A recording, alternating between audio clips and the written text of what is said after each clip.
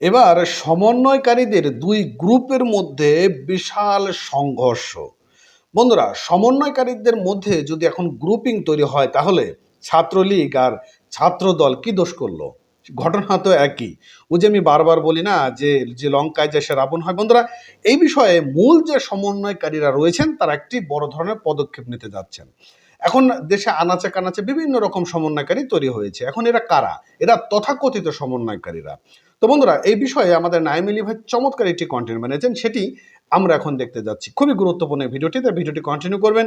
নতুন হলে চ্যানেলটি সাবস্ক্রাইব করবেন, পেজটি ফলো করবেন, আর লিংক ডিসক্রিপশন বক্স। সমালোচনা করাটা খুবই সহজ, তবে যখন নিজে সেই কাজটার দায়িত্ব নেয় কাজটা অনেক কঠিন। আর ইতিমধ্যে এই বিষয়টা টের পেয়ে গেছে সার্জিস এবং হাসনাত। কারণ বাংলাদেশের বিভিন্ন জায়গায় বৈষম্য বিরোধী ছাত্র আন্দোলনের এই দুই নেতা অনেকগুলো প্রোগ্রামের ঘোষণা দিয়েছে। কি প্রোগ্রাম? বাংলাদেশের বিভিন্ন জেলাতে তারা যাচ্ছে, সেখানে ছাত্র জনতার সাথে মত বিনিময় করছে এবং কমিটি তৈরি করে দিচ্ছে। এখন এই কমিটি নিয়ে কেন্দ্রীয় নেতা মানে কেন্দ্রীয় সমন্বয়কদের উপস্থিতিতেই সাধারণ যারা বৈষম্য বিরোধী ছাত্র আন্দোলনের পোলাপাইন আছে এখন এরা দুই ভাগে। কেন? ওই যে পলিটিক্যাল একটা অবস্থান, ক্ষমতা জিনিসটাই এমন, ক্ষমতা জিনিস এরকম। ছাত্রলীগ আর ছাত্র দলের দোষ দিয়ে আমরা কি লাভ বলেন? আমরা দেখছি আওয়ামী লীগের ছাত্রলীগ কোথাও কমিটি করতে গেলে সেখানে মারামারি পিটাপিটি, ছাত্র দলেরও সেম অবস্থা। তো এখন বৈষম্য বিরোধী আন্দোলনে যারা ছাত্র আছে তাদেরও একই অবস্থা। অলরেডি বিভিন্ন জায়গায় এই ধরনের কর্মকাণ্ডের কারণে মানে নানান বিষয়ে নেতা শাস্তি গিয়া বিভিন্ন এলাকায় কিন্তু সমন্বয়করা ধোলাই খাচ্ছে। এলাকা বিএনপির হাতে কিন্তু খাইছে একটা, তবে ওইটা অন্য ইস্যু ছিল, ওইখানে সমন্বয়করা সঠিক ছিল। বাট এবার দেখেন নাটোরে ঘটছে এই ঘটনা। নাটোরে বৈষম্য বিরোধী ছাত্র আন্দোলনের ব্যানারে শিক্ষার্থীদের সাথে কেন্দ্রীয় সমন্বয়কদের মত বিনিময়কালে শিক্ষার্থীদের মধ্যে হাতাহাতির ঘটনা ঘটছে। গতকালকে দুপুর 12টার দিকে আপনার নাটোর শহরের অনিমা চৌধুরী অডিটোরিয়ামের মধ্যে এই ঘটনা ঘটে। এই সময় কেন্দ্রীয় সমন্বয়ক মোহাম্মদ মাহিন সরকার, কুররাতুল আইন কানিস, ইফতেখার আলম, ফয়সল আহমেদ উপস্থিত ছিলেন। আয়োজক সূত্রে জানা গেছে অনিমা চৌধুরী অডিটোরিয়ামে ছাত্র আন্দোলনে নাটোরের নিহত শিক্ষার্থীদের পরিবারের সঙ্গে সাক্ষাতের পর আলোচনা শুরু হলে অন্য গ্রুপের শিক্ষার্থীরা সেখানে ঢুকে পড়ে। এরপর সবাইকে চেয়ারে বসতে বলা হলে উল্টো আয়োজকদের সাথেই উত্তেজিত হয়ে পড়েন এই বৈষম্য বিরোধী ছাত্র আন্দোলনেরই একটা টিম। এক পর্যায়ে এটা নিয়ে কথা কাটাকাটি, তারপরে দুই গ্রুপের মধ্যে হাতাহাতি শুরু হলে উত্তেজনা ছড়িয়ে পড়ে। এই সময় কেন্দ্রীয় সমন্বয়করা সবাইকে শান্ত হওয়ার আহ্বান জানিয়ে ব্যর্থ হয়। খবর পেয়ে পুলিশের ঊর্ধ্বতন কর্মকর্তারা এবং সেনাবাহিনী ঘটনাস্থলে পৌঁছে পরিস্থিতি নিয়ন্ত্রণে আনে। তবে শিক্ষার্থীদের অন্য একটি পক্ষের দাবি, যারা প্রকৃতপক্ষে নাটোরের আন্দোলনে আহত হয়েছে তাদেরকে আয়োজন না রাখায় ক্ষিপ্ত হয়েছেন শিক্ষার্থীরা, তাই এমন পরিস্থিতি সৃষ্টি হয়। তারা ছাত্র সমন্বয়ক পরিচয় দিয়ে নাটোরের কয়েকজন ছাত্রের বিরুদ্ধে চাঁদাবাজি এবং অনৈতিক সুবিধা নেওয়ারও প্রতিবাদ করে। সেটা বুঝছেন?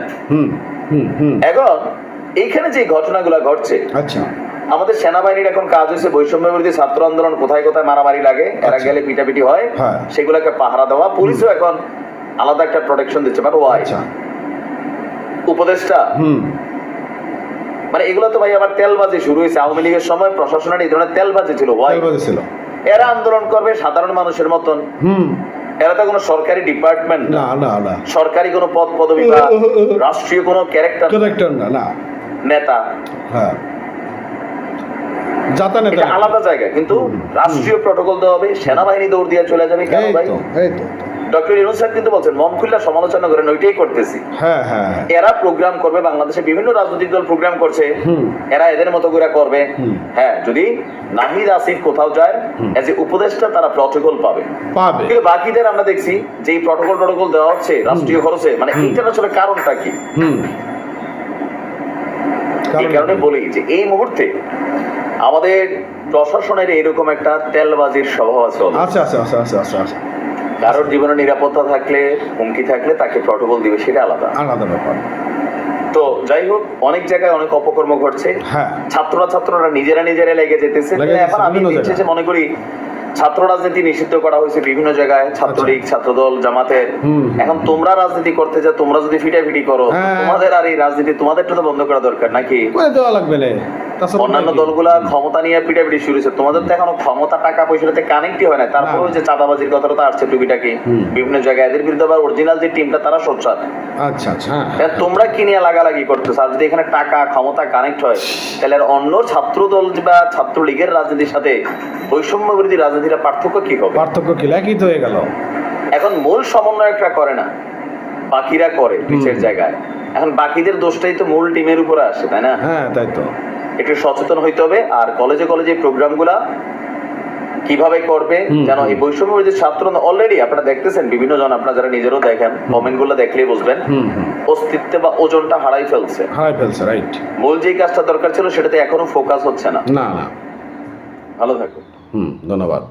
তো বন্ধুরা, আজকের নিউজ থেকে আপনারা কি জিনিসটা বুঝতে পারলেন? এই যে বৈষম্য বিরোধী নামে তথাকথিত যে বৈষম্য বিরোধী অনেক জায়গায় সংগঠন তৈরি হয়েছে, এরা বিভিন্ন জায়গায় অরাজকতা করছে। অর্থাৎ আমরা পূর্বে দেখেছি যে ছাত্রলীগ, আমরা তার আগে দেখেছি ছাত্র দল, এখন কিছু দেখতে পাচ্ছি বিএনপির মধ্যে। এখন এইগুলো যদি এখন বৈষম্য বিরোধী মানে এখন দল কেন যেন আস্তে আস্তে বেড়ে যাচ্ছে, আর সাধারণ যারা মানুষ রয়েছে তারা বড় ধরনের বিপদের মধ্যে বা সমস্যার মধ্যে রয়েছে। তো যাক, ভালো থাকবেন, সুস্থ থাকবেন, চ্যানেলটি সাবস্ক্রাইব করেন, পেজটা ফলো দেওয়ার সঙ্গে থাকবেন, সঙ্গে রাখবেন। ধন্যবাদ।